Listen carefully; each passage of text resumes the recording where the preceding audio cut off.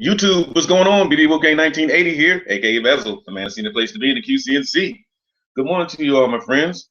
Good morning, subscribers, new and loyal. Welcome to your Lucha Underground review, February 25th, 2015.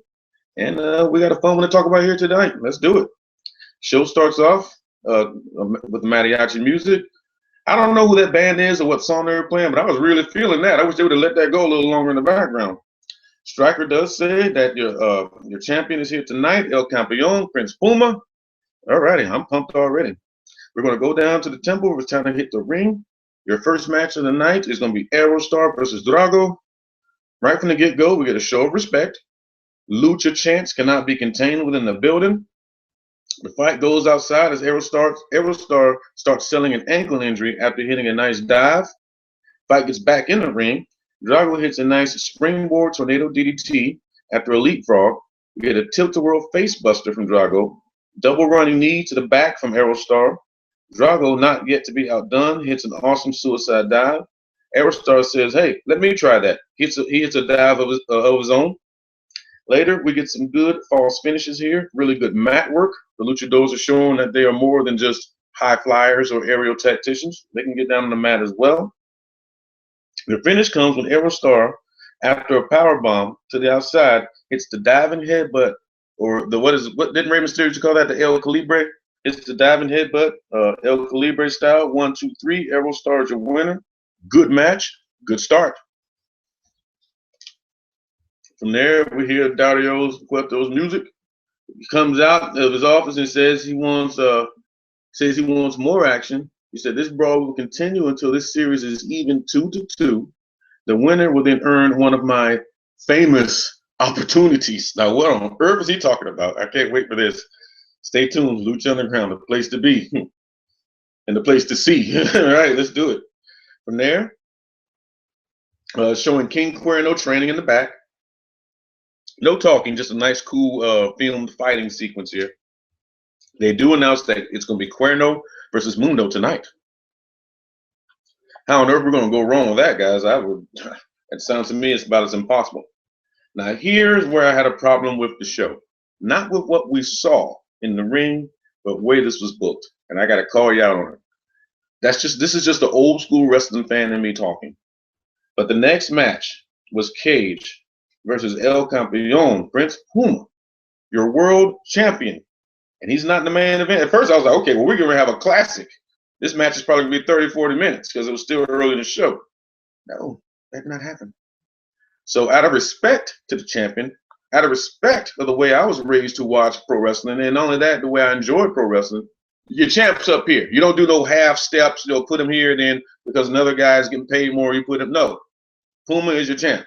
You basically made him go through heck and high water to get the belt. He's your champion. He should not be in this mid card. So out of respect to Puma and his opponent Cage, we're going to break this match down. I'm going to break this down like it's your main event. Look at all that. That's just for this match. Let's get down to it. Right from the get-go, starts off with a brawl.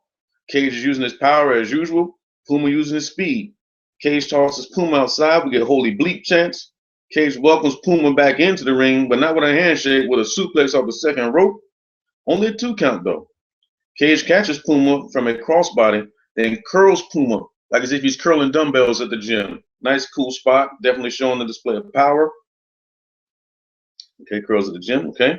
From there, he tosses him over his head, like I said, that he was done curling him. Tosses him over his head, delivers some vicious kicks to the ribs. We get a head crank wearing down poor Puma, but he continues to fight on. He actually counters that head crank into a cutter.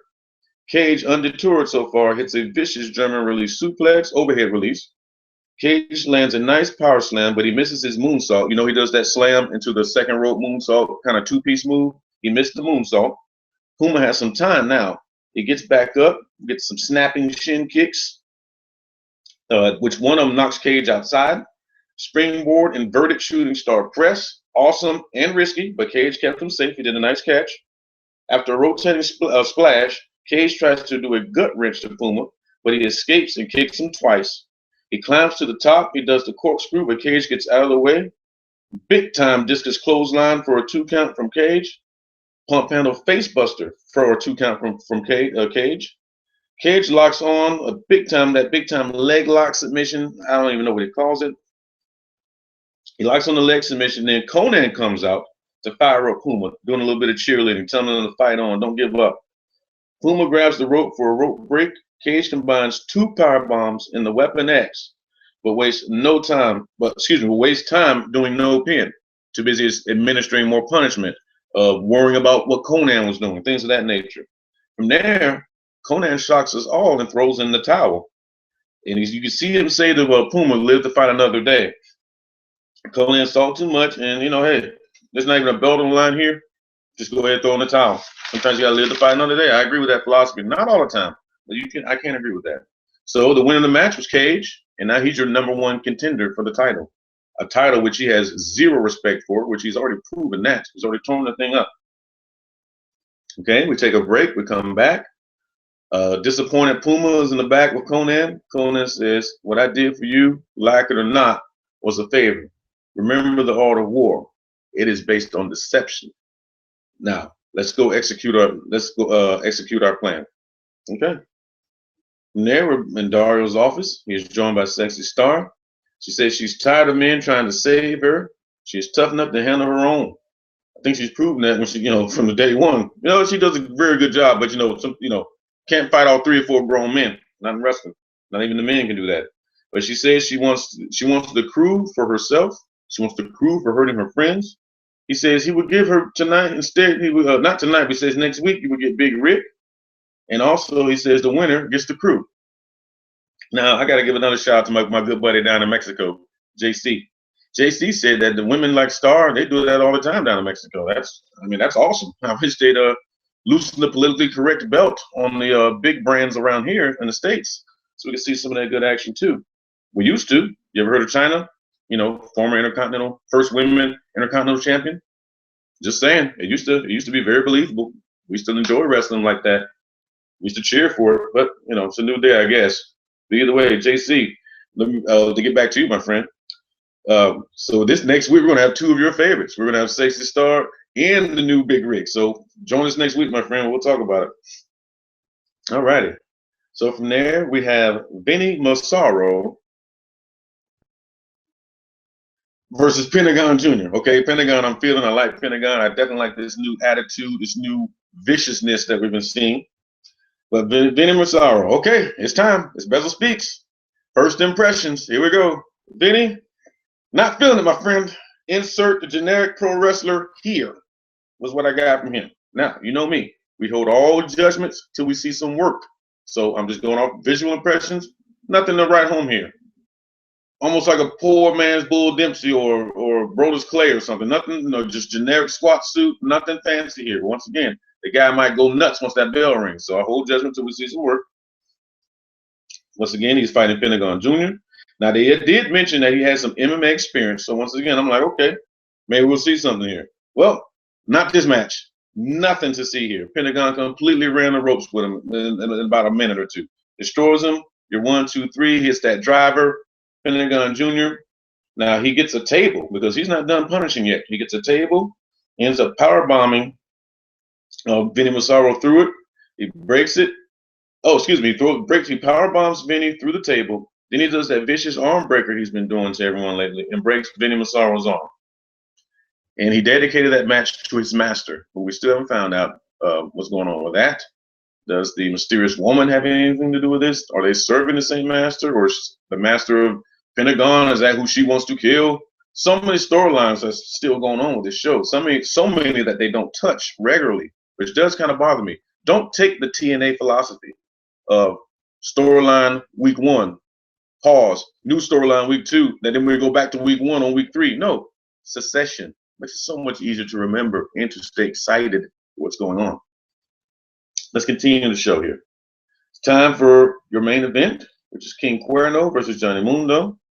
Now, once again, 2 good workers. Cuerno was new to me at the beginning of this journey with this show, but he's definitely won me over. Actually, my girlfriend's a big King Cuerno fan. She likes his ring attire. Let's get down to it here. Here we go. Back and forth action. Mundo brawling a little bit more than usual. 2 running clotheslines from Mundo, but the patience of Cuerno shines through. He is a hunter. You have to have patience. He's taking his time. After a series of back and forth punches, Mundo gets a 2 count. Mundo misses a springboard kick. After a corkscrew splash, Mundo hits the moonlight drive, but no fin del Mundo because Cuerno breaks it up. Mundo selling a leg injury. We get a suicide dive from Cuerno to Mundo outside, hitting the announcer's table. Holy bleep chance. Once again, I got to stop here. Sorry, guys. It goes back to my theory of the other match should have been the main event. Let me give you your finish here, and we can talk about it. Both men are outside after that announcer's table's bump. The referee is counting. We actually got a double count-out finish here, okay? From there, both men keep fighting. They don't care. Match throw the rules out. They're fighting. They're working their way up the steps. From there, they brawl up top. They're around the fans. Fans are into it. It had a nice, cool feel to it. I will give them credit. But at the end of the day, this is just a brawl, so it means nothing as far as in the big scheme. Mundo slams Cuerno through the steel fence to end the show. Not a bad ending. Once again, I definitely think it was the show was in a better direction as compared to 2 weeks ago, where it was kind of that little bit of a low point. But my only problem, guys and gals, is I want my storylines. Give me my storylines. I like my gimmicks. Come on now. Where's Blue Demon with Chavo? Where's the mysterious woman? Where's El Patron in Tejano? I mean, look, I get it. And let's talk a little bit here. You know what? Let's just talk a little bit. I know, I get it. Your champion is Puma. He was obviously there when you got this ball rolling. But now you got in some guys that are known internationally. You know, at the top of the list being El Patron. I mean, he's a former, 3-time WWE champion. And I know he's commanding this. What did Conan call it a few weeks ago? That feria? I know he's commanding that. Tejano, I don't know how big he is down in Mexico. JC helped me out. You told me that he's definitely not one to mess with, but how big is he really? Let me know. Comment down below. But that's what bothers me. I just don't want to see guys like Puma and whoever else, even Phoenix, or as good as Aerostar looked tonight. I mean, I don't want to see guys like that just get completely passed over because they're going to have to, I'm sure they're paying El Patron and Tejano some good money, especially El Patron. Now, things get even more exciting, my friends. As of, I believe it was Thursday, Rey Mysterio is officially done with the WWE. Now we might see our good old buddy Mysterio in Lucha Underground. Talk about it. Comment down below. I believe I can't remember who it was. I don't know if it was me and you, JC, or it might have been Child Incomplete, but we speculated on how cool it would be if Rey Mysterio would have come into Lucha Underground. So comment down below. But now it's a possibility, for real. I told you guys last week, but no one commented below. I want to do a video like this. No notes, just me, you, your questions, and let's just talk. I didn't get one single comment, so I don't want to say you don't care, but maybe you didn't hear me, or maybe you just like things the way they are. But I really would like to sit down just like this, have a nice forum, nice round table with all you guys, and we can go back and forth, have some fun. I enjoy talking about Lucha Underground. And I know you enjoy listening to it because we're pulling down almost 100 views a week on some of these Lucha Underground videos. So that I thank you. But you know what? Just let me know. Comment down below.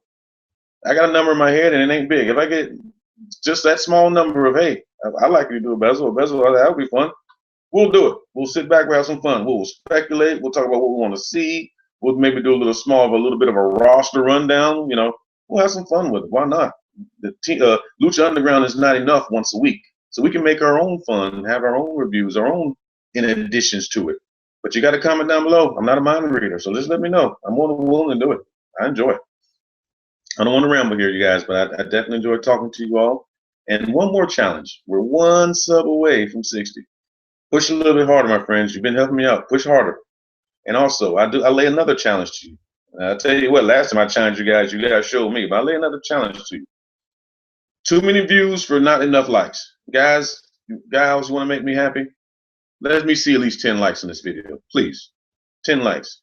We can do it. We're pulling down 100 views. Get 10 likes. Do even better.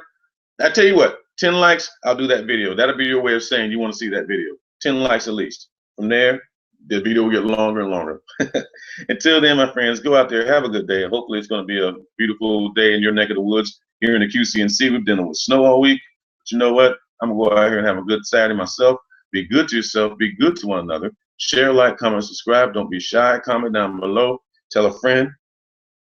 I will see you later, my friends. Go out and have a good day. Peace.